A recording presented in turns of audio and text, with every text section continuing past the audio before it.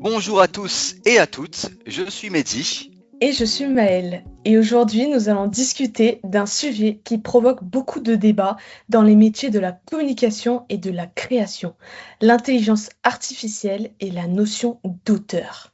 Texte, images, vidéos, idées, automatisation, l'intelligence artificielle s'invite désormais dans presque toutes les étapes de création de contenu. Et forcément, cela soulève de nouvelles questions sur la créativité, la valeur du travail humain et la place du créateur. Alors, on avait envie de partir d'une question simple, mais finalement assez vertigineuse. Quand on utilise l'intelligence artificielle pour créer du contenu, est-ce qu'on est vraiment l'auteur de ce contenu? C'est ce dont on va parler aujourd'hui ensemble avec Maël. Bon, je vais dire un truc qui va peut-être énerver quelques-uns, et je l'assume. Si vous utilisez une intelligence artificielle pour produire votre contenu, même un petit peu, même juste pour gagner du temps, vous n'êtes pas l'auteur de ce contenu. Voilà, c'est dit. Avant que vous coupiez le podcast en grommelant, laissez-moi vous expliquer, parce que je ne dis pas ça pour vous rabaisser, hein. Je dis ça parce que je pense que c'est plus honnête et que l'honnêteté dans nos métiers, c'est devenu une denrée rare. Alors, reprenons depuis le début. C'est quoi être auteur de quelque chose? Être auteur, c'est avoir fait le truc, avoir créé un élément, pas l'avoir commandé, l'avoir fait. Quand vous écrivez une phrase, vous choisissez ce mot-là plutôt qu'un autre. Vous hésitez, vous raturez, vous recommencez. Et au bout du compte, ce qui sort, ça vous ressemble. Il y a votre patte dedans, certes, je suis d'accord. Votre manière de voir aussi, vos petits défauts, ça c'est un auteur. Maintenant, qu'est-ce que vous faites quand vous demandez un texte à une intelligence artificielle comme ChatGPT, Gemini, Claude? Vous tapez une consigne, vous dites écris-moi un post LinkedIn sur les voitures de course, ton dynamique, 3 exemples. Et la machine vous le pond en quelques secondes. Vous avez choisi la commande. Vous n'avez pas fait le contenu. C'est là la nuance. C'est comme quand vous commandez un gâteau chez le pâtissier, par exemple. Vous avez dit, je veux un fraisier pour 12 personnes. D'accord. Mais le fraisier, c'est pas vous qui l'avez fait. Et vous n'allez pas mettre votre nom sur la boîte en disant, regardez ce magnifique gâteau que j'ai créé. Vous l'avez commandé. Nuance. Et là, certains vont me dire, oui, mais je retravaille, je donne 10 consignes, je peaufine, j'ai un vrai savoir-faire dans la manière de parler à l'intelligence artificielle. Je vous entends, je vous entends. Et c'est vrai que bien diriger une machine, c'est une compétence, mais une compétence de chef d'orchestre. C'est pas une compétence de musicien. Encore une fois, j'apporte cette nuance. Le chef ne joue d'aucun instrument. C'est ça qu'il faut qu'on s'intègre dans notre esprit. La personne qui utilise l'intelligence artificielle, il dirige. Ça, c'est un vrai métier, d'accord. Mais ce n'est pas celui qui produit le son. Et il y a un deuxième truc. Plus gênant celui-là. Cette intelligence artificielle, d'où elle sort, ce dont elle vous donne en fait, c'est quoi sa source? Elle l'a pris en avalant des millions de textes, d'images, de musique, des trucs faits par des vraies personnes, des vrais artistes, des vrais créateurs, des écrivains encore, même des photographes, des illustrateurs, des journalistes qui ont passé leur vie à étudier, à apprendre leur métier. La machine recrache une version mixée de tout ça. Donc, quand vous dites ce contenu est à moi, j'en suis auteur, ne le copiez pas. Vous mettez votre nom sur un truc qui est en réalité le recyclage du travail de milliers de gens que vous ne connaissez même pas, qui n'ont pas forcément une lumière à tous les étages dans leur esprit et qui, eux, n'ont rien signé pour vous donner, on va dire, l'autorisation de l'exploiter. Vous le voyez le problème. On ne peut pas réclamer la propriété d'une chose qu'on n'a pas faite soi-même, qui pioche dans le travail des autres et prétendre que c'est notre création originale. À un moment, ça ne tient plus debout ce discours.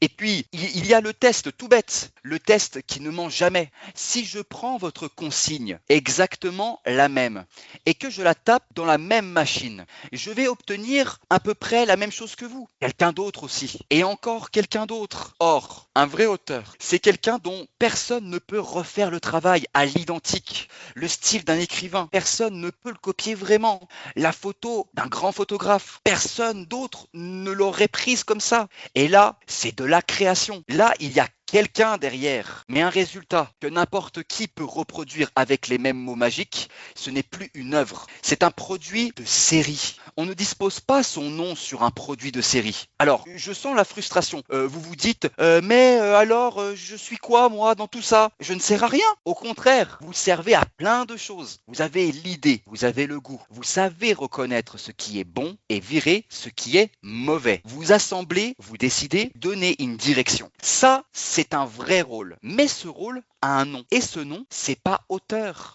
On devrait plutôt lui dire directeur. C'est curateur, c'est éditeur, c'est metteur en scène ou réalisateur aussi de films pendant qu'on y est. Et franchement, ces métiers-là sont magnifiques. Il n'y a pas de honte. La honte serait de revendiquer un titre qu'on n'a pas mérité parce qu'on a peur de paraître moins légitime. Donc voilà mon invitation à vous, agence, indépendants, communicants. Soyez fiers de ce que vous faites vraiment. Dirigez la machine, oui, utilisez-la à fond, mais quand le gros du travail vient d'elle, ne dites pas j'ai créé de toutes pièces. C'est plus possible. Dites j'ai conçu avec l'intelligence artificielle. Dites la vérité. Parce que dans un monde où tout le monde va produire 10 fois plus vite, la seule chose qui va vraiment vous distinguer, c'est pas le contenu que la machine peut faire à votre place. C'est votre honnêteté. Et ça, aucune intelligence artificielle ne pourra jamais la générer pour vous. Franchement, je pense qu'on est en train de se tromper de débat avec cette histoire d'intelligence artificielle et de droit d'auteur. Parce qu'on entend de plus en plus de gens dire si tu utilises l'IA, t'es plus l'auteur. Ah bon? Donc utiliser un outil enlève automatiquement toute forme de création humaine? Bah, dans ce cas, va falloir prévenir énormément de métiers. Parce qu'un graphiste utilise Photoshop, un monteur utilise Premiere Pro, un photographe utilise Lightroom, un rédacteur utilise Antidote, et maintenant, un créatif utilise ChatGPT ou Midjourney. Ok, et alors? Depuis quand utiliser un outil veut dire qu'on ne crée plus rien? Moi, ce qui me gêne un peu dans ce débat, c'est qu'on parle parfois de l'intelligence artificielle comme si elle travaillait toute seule dans une pièce pendant que nous, on boit un café. Alors que dans la vraie vie, ça ne se passe pas du tout comme ça. Quand je demande à une IA de me sortir une idée de campagne, un script, un visuel ou un plan de contenu, le premier résultat est souvent moyen, parfois carrément mauvais, trop générique, trop lisse, pas dans le ton, bref, pas crédible. Et c'est justement là que le travail commence. Parce qu'il faut savoir quoi demander, il faut savoir détecter ce qui est faux. Il faut réécrire, ajuster, couper, repenser. Il faut injecter une intention, une stratégie, comme on dit, une émotion et une direction. Bref, dans tout ça, il faut un humain. Et ça, on l'oublie souvent. Une IA ne sait pas ce qu'elle veut dire. Elle ne défend aucune idée, elle n'a pas d'objectif, elle ne comprend pas votre client ni votre audience, elle ne sent pas quand une phrase est maladroite ou quand une idée peut créer un vrai impact. C'est vous qui faites ça, c'est l'être humain. L'IA, c'est un accélérateur, pas un cerveau magique. Et honnêtement, les gens qui disent « l'IA fait tout à votre place », je pense surtout qu'ils n'utilisent pas vraiment l'IA au quotidien. Parce que ceux qui l'utilisent sérieusement savent à quel point il faut le surveiller de ce qu'elle produit. Une IA peut inventer des infos. Elle peut produire du contenu vide. Elle peut faire semblant d'être convaincante. Et parfois, elle écrit des trucs tellement génériques qu'on dirait un post LinkedIn de 2022 recyclé 15 fois. Donc non, on ne fait pas juste copier-coller. Enfin, certains le font, hein. On va pas se le cacher. Mais ça, c'est un problème d'IA. Ce n'est pas un problème d'IA, excusez-moi.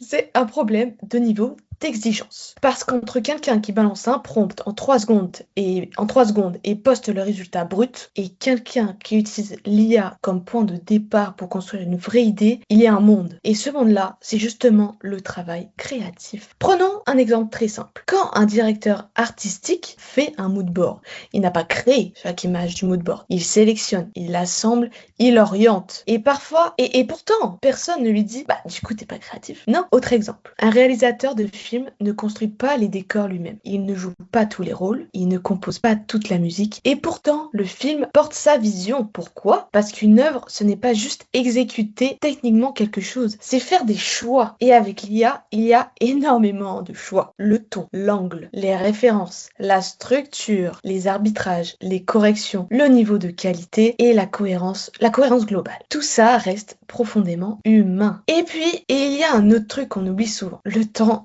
gagné. Moi, je trouve ça fascinant qu'on critique autant un outil qui permet parfois de retirer, disons-le entre nous, les tâches les plus pénibles de nos métiers. Les reformulations interminables, les premières bases de présentation, les résumés, les variations de texte, les recherches de structure. Franchement, si Nia me fait gagner 2 heures sur une tâche répétitive, parfait, qu'elle le prenne. Ça me laisse plus de temps pour réfléchir, pour parler aux clients, pour peaufiner une idée, plus de temps pour être humain, justement.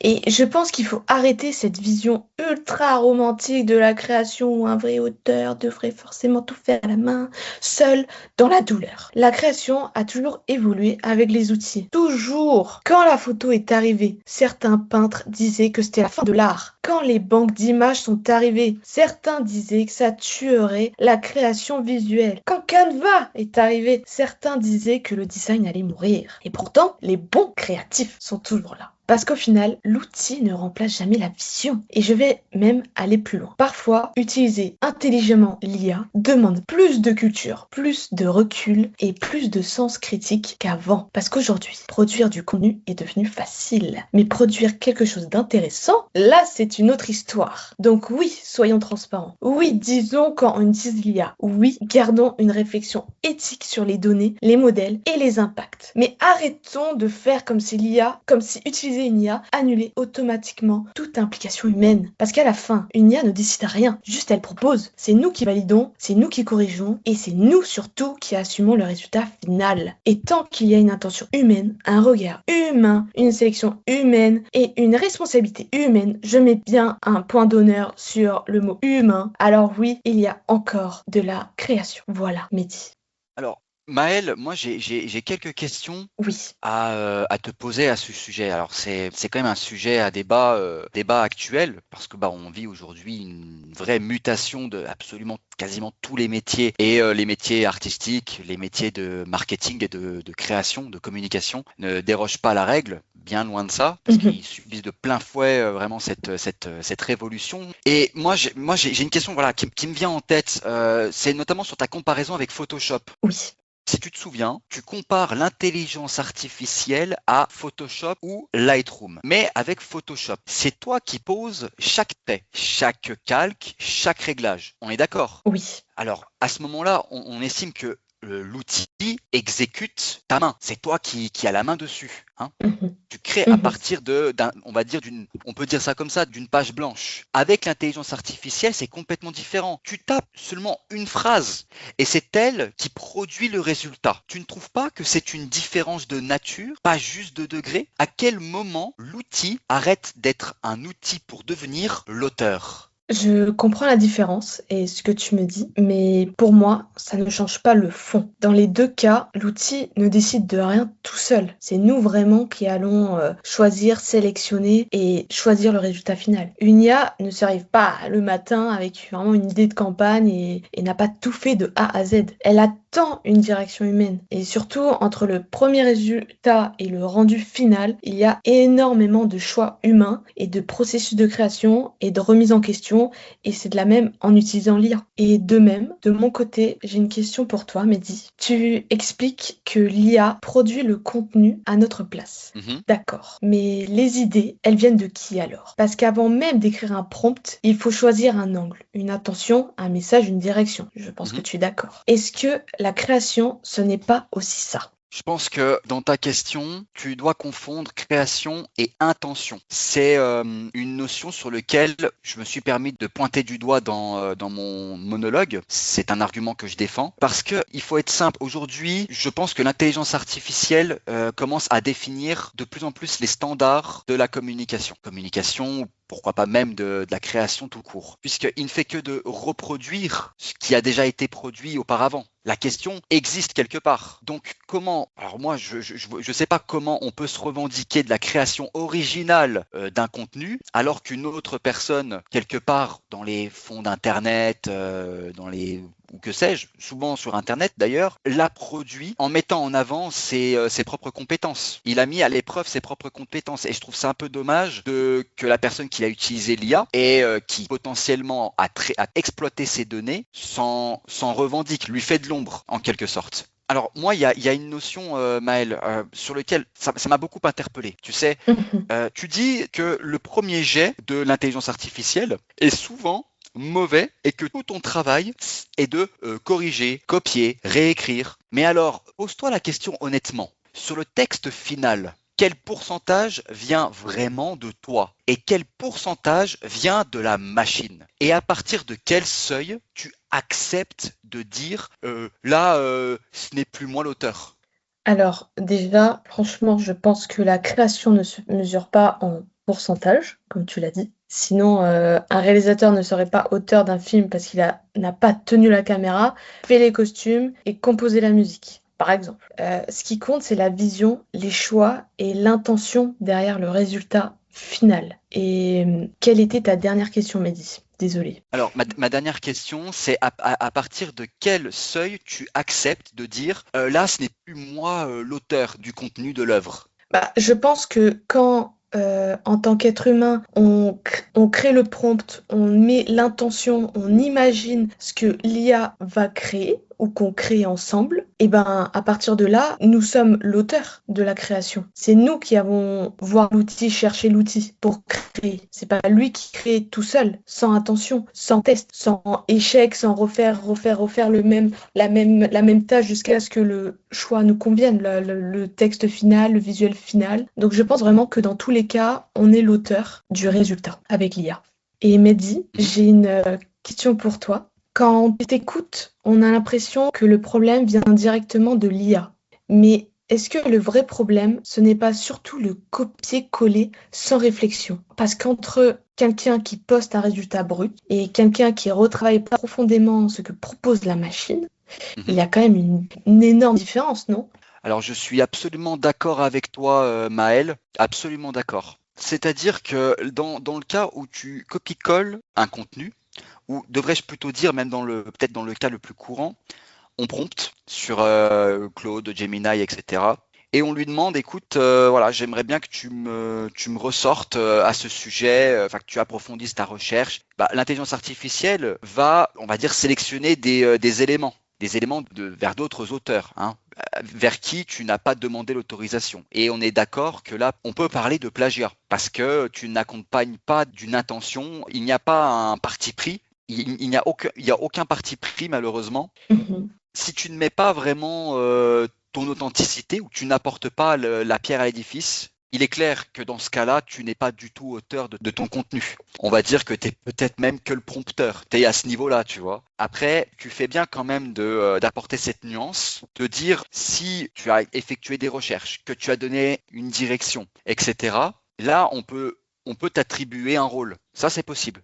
Et d'ailleurs, Maëlle, Oui. on va quand même aborder le sujet sur le test de reproductibilité. Tu avais évoqué le réalisateur et le directeur artistique que tu cites notamment dans ton monologue. Personne ne peut refaire leur film ou leur campagne à l'identique. Mais si je le tape mot pour mot dans la même intelligence artificielle, prenons par exemple ChatGPT, j'obtiens quasiment la même chose que toi. Comment peux-tu revendiquer une œuvre originale si n'importe qui peut la reproduire avec les mêmes mots?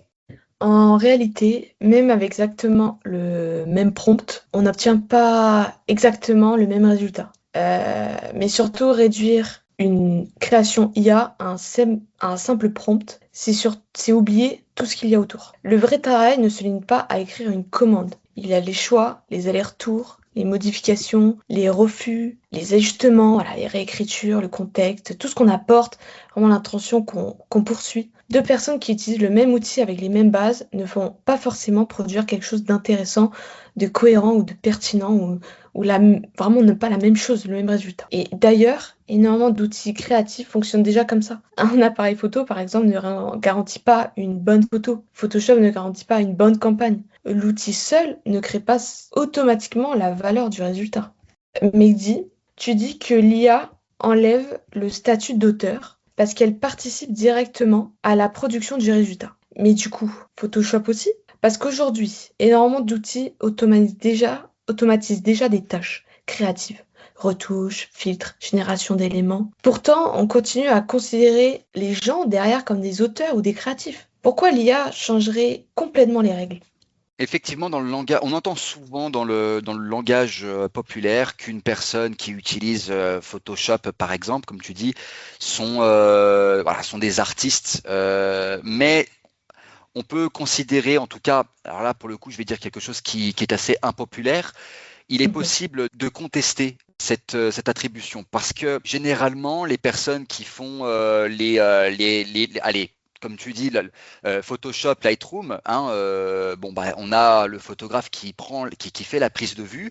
Il envoie ses prises de vue en fichier RAW vers comment dirais-je, un logiciel tel que Photoshop et Lightroom. Et la personne qui va le manipuler, généralement, en post-production, bien sûr, eh bien, on le considère plutôt comme un retoucheur photo. Concrètement, des métiers qui existent pour le moment qui portent cette dénomination-là, mais à aucun moment on va dire ah bah cette personne-là c'est un artiste. Ça c'est souvent on va dire un langage qui est prononcé à tort par nos semblables et il est tout de même difficile, en tout cas si on veut approfondir le sujet, il est difficile d'attribuer une définition bah, qui assume un certain parti pris. C'est-à-dire que on devient un artiste du moment où on manipule un élément. Je vais rapidement digresser sur ce sujet-là parce que, par exemple, un sculpteur, lui, quand on lui apporte, je sais pas, une pierre, eh ben, c'est lui qui va décider des formes. Il va décider de la texture, etc. Mais bah, cependant, tout ça vient de sa propre compétence enfin, son savoir-faire, mais également intellectuel, parce qu'il faut quand même pas oublier qu'à cette époque, il y avait d'autres compétences annexes qui se joignent. Je pense aussi à la peinture. La peinture également, on a une toile devant soi et on doit interpréter cette toile blanche, tu vois. Il est quand même difficile bah, pour un retoucheur, une personne qui retouche une photo, de se considérer comme un artiste, puisque bah, la photo existe déjà, et lui, tout ce qu'il fait, c'est uniquement de manipuler des paramètres qui lui sont prédéfinis. Même chose aussi pour le photographe au XXIe siècle. Il a un appareil photo numérique entre les mains, et l'appareil photo numérique aujourd'hui a quasiment automatisé 90-99% de la manipulation de l'image, tu vois. Alors aujourd'hui, on ne parle que des profondeurs de champ, les angles, etc. Ça, c'est l'intention. Mais cependant, on va dire, il y a quelques années en arrière, eh bien, quand tu avais un appareil photo argentique, on va dire que il fallait développer les images à la pellicule. Et puis encore, même le métier de photographe est prêt au débat parce que certains ne les considèrent pas non plus comme des artistes, mais plutôt comme des techniciens de l'image. Donc tu vois vraiment, alors on néglige énormément aujourd'hui, tu sais, la terminologie. Hein. C'est vrai qu'on globalise, on met un peu tout dans le sac de l'artiste, mais bah, la technologie aujourd'hui reconsidère énormément de métiers, hein, dont la photographie, et j'en parle longuement puisque bah, moi auparavant j'ai été photographe professionnel. Je peux te donner ma parole que bah, beaucoup de personnes avec qui j'ai pu collaborer ne me considéraient pas comme un artiste. Maël, on va faire un focus tout de même sur le travail des autres dans la machine, puisque tu parles beaucoup de l'intention humaine, de ton regard, tes choix, d'accord. Mais la matière première que j'avais déjà évoquée avec l'exemple du sculpteur de statues, les mots et les images que l'intelligence artificielle assemble, ça vient du travail de milliers de créateurs qui n'ont rien signé et rien touché. Ça, c'est dramatique. Est-ce que tu es vraiment à l'aise de mettre ton nom et de réclamer un droit d'auteur sur un truc bâti avec le travail volé? non payés? Hmm. Je pense, oui, Megdi, qu'il y a effectivement un vrai débat éthique derrière l'entraînement des modèles d'IA. Et que c'est un débat important, justement. La question de la rémunération, du consentement des créateurs ou de l'utilisation des contenus est légitime. Mais il faut aussi distinguer deux choses. Les entreprises qui développent et entraînent ces modèles et les utilisateurs qui se servent ensuite de l'outil. L'utilisateur final travaille avec une technologie qui existe déjà. Un peu comme on utilise aujourd'hui, par exemple, des moteurs de recherche, des banques d'images, des logiciels de montage ou des outils nourris voilà, par des milliards de contenus et de références.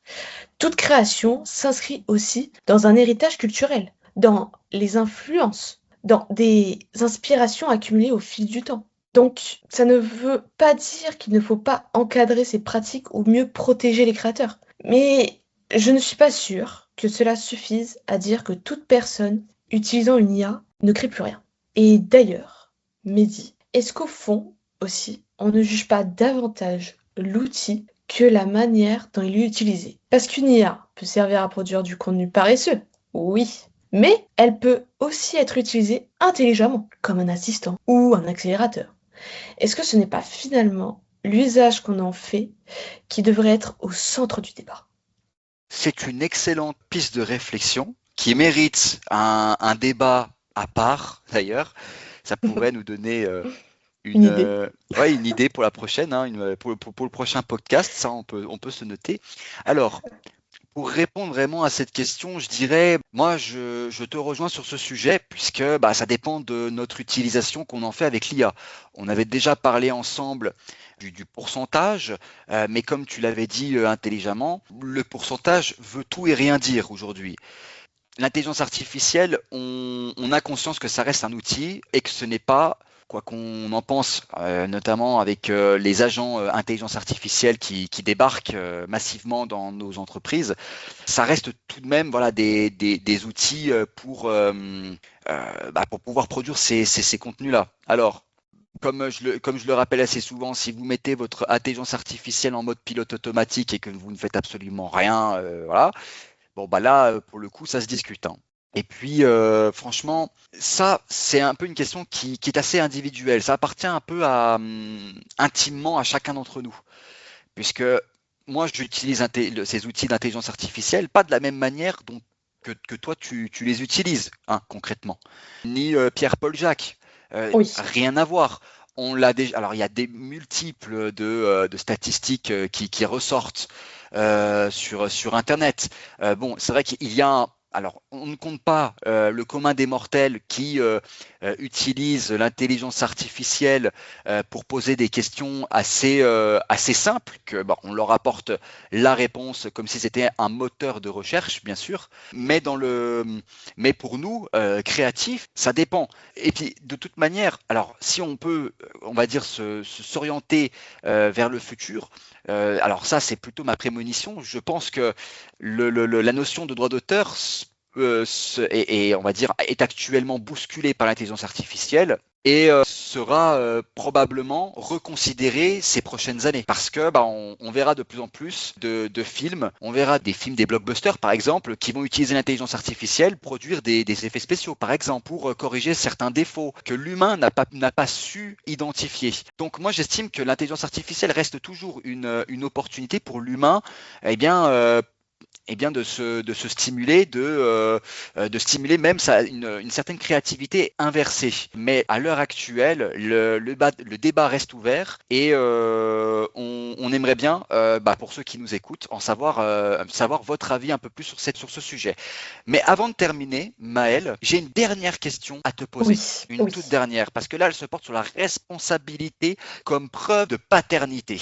Mhm. Tu dis la phrase suivante. C'est nous qui validons, qui assumons, donc il y a création. Mais Mhm. valider et créer, c'est pas pareil. Un rédacteur en chef valide et assume tous les articles de son journal. Et pourtant, il n'est pas auteur de chaque papier. Pourquoi est-ce que le fait d'assumer le résultat ferait de toi l'auteur et pas juste le responsable? Je suis d'accord sur le fait que valider et créer, ce n'est pas exactement la même chose. Mais dans l'usage concret de l'intelligence artificielle, on ne fait généralement pas que valider un résultat fini. Quand j'utilise une IA, je dirige le processus. Je reformule, réoriente, enfin modifie, voilà, je teste plusieurs approches. J'écarte certaines propositions qui ne m'intéressent pas. J'en combine d'autres, j'en choisis d'autres, et je réécris une partie du contenu. Enfin, il y a une interaction permanente avec l'outil. Un rédacteur en chef, par exemple, reçoit un article déjà écrit par quelqu'un d'autre. Dans le cas de l'IA, le contenu se construit progressivement à travers les décisions humaines prises pendant tout le processus de création. Donc, la question, à mon avis, ce n'est pas de savoir si l'IA fait à la place de l'humain, mais plutôt où commence et où s'arrête la part de contribution humaine dans le résultat final.